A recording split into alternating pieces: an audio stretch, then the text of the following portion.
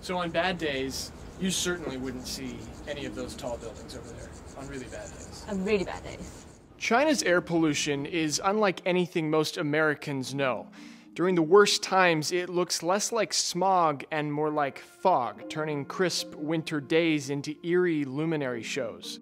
In the night, you would only see the light, not the building. Air pollution is part of daily life in Beijing. Checking the air quality is like checking the weather. The Air Quality Index, or AQI, measures the concentration of pollutants. For our purposes, it's not important to understand how it works. What is important is an AQI above 150 is considered unhealthy.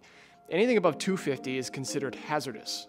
If it's really bad, like a air quality index going up to 500, then you wouldn't be able to see the tree very clearly. Really? Yeah, but that's like a really, really bad day, like a bad episode. Don't go outside. Yeah, that just definitely don't go outside. Huang Wei works for Greenpeace in Beijing. She campaigns to the government on platforms like improving air quality. She's something of an expert on bad air quality in Beijing and what makes it that way. There are 6 major air pollutants that is measured.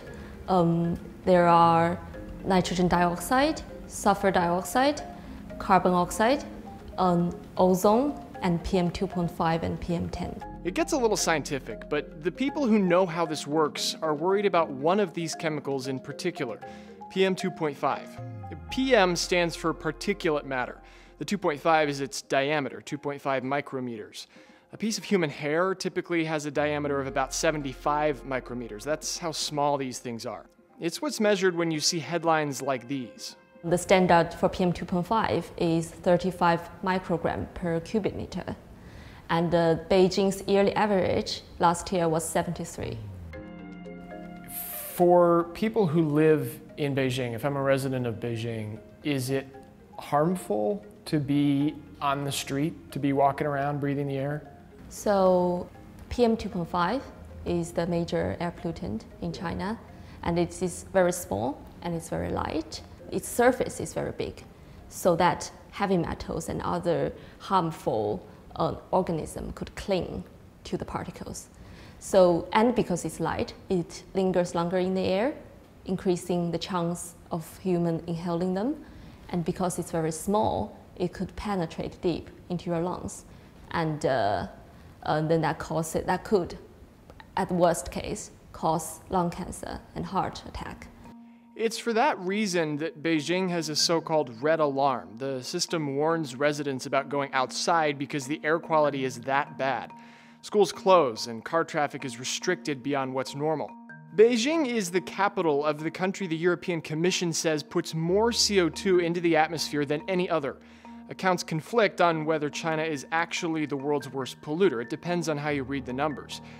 But what can't be disputed is that air pollution in China is very, very bad.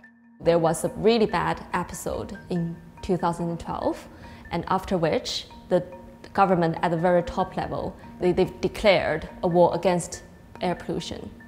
In October 2013, the government came out with the Atmospheric Pollution Prevention Action Plan, a fancy name for new standards. The government wanted to reduce emissions, control coal use, and clean up the air. But a year and a half later, a top Chinese political leader said he was disappointed the government wasn't getting the country where it needed to be. 80% of the factories haven't reached the right standard. The Chinese government and organizations like Greenpeace aren't necessarily having trouble changing things in the big cities. But change outside the urban jungles is a different story. The law requires cities that haven't reached the air quality standard to draw up a roadmap and deadline towards reaching the standard. But now only 6 cities have done that. 6 out of more than 200, according to Wei. I believe there is no practical difficulty of drawing up the plan. The only problem is willingness. Besides health concerns and the global spotlight on climate change, if China is looking for another reason to up the ante on fighting air pollution, it might have just found one. It is time to exit the Paris Accord. Immediately after Trump withdrew from the Paris Agreement, China and the European Union has announced collectively that they would stay to support the Paris. As arguably the world's biggest polluter, China is well positioned to make itself a leader in climate change reform. In fact, air pollution and the carbon emission are two syndromes of the same illness, that China's economy is heavily relying on heavy industry, and China's energy structure is heavily relying on coal. In fact, China is the world's single biggest coal consumer. China burns almost half of the world's consumed coal annually, according to the US Department of Energy. But reducing coal consumption isn't straightforward for China. There are concerns the country's eco-friendly pursuits could slow one of the world's leading economies, and despite the country trying to harness renewable energy, some of the huge wind and solar farms it built sit unused. That's mostly because China's energy grids aren't built to carry energy from rural farms. As China tries to wean itself off of coal, it looks to other methods to fuel necessities, like transportation. There's evidence of that in the cities, but in reality, the motivations for climate-friendly transport are mixed. Along a street outside a popular Beijing park, a sign of a budding form of eco-friendly transportation. Turan He knows a little about that. He's lived in Beijing for years and has seen it grow. In China, it's not as image conscious as it is in the West when you drive an electric vehicle. You know, maybe if you drive a Prius, you're kind of an environmentally friendly hippie. But in China, people own electric vehicles out of necessity. Because you can see already, look how congested it is. Right. There are so many cars on the road that the government has people on put. the electric bikes are zipping by. Exactly. There are restrictions on the amount of cars you can get every month, so people get electric vehicles because traffic regulations are suggestions, so you can drive as fast as you want, you can run lights, you can not necessarily run over people, but they'll jump out of the way of your moving vehicle. Play chicken. Play chicken, exactly. So this is just a really convenient way to get around. Yeah. And it doesn't hurt that electric bikes don't spew pollution.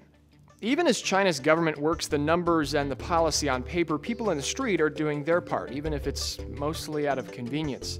Electric bikes and bike share services, both popular in Beijing, are part of an equation that adds to wind and solar farms, cleaner factories, and plans for China's smaller cities. It all seems to be a game plan for a potential new phase of global leadership. We hold the hope that the problem will be solved.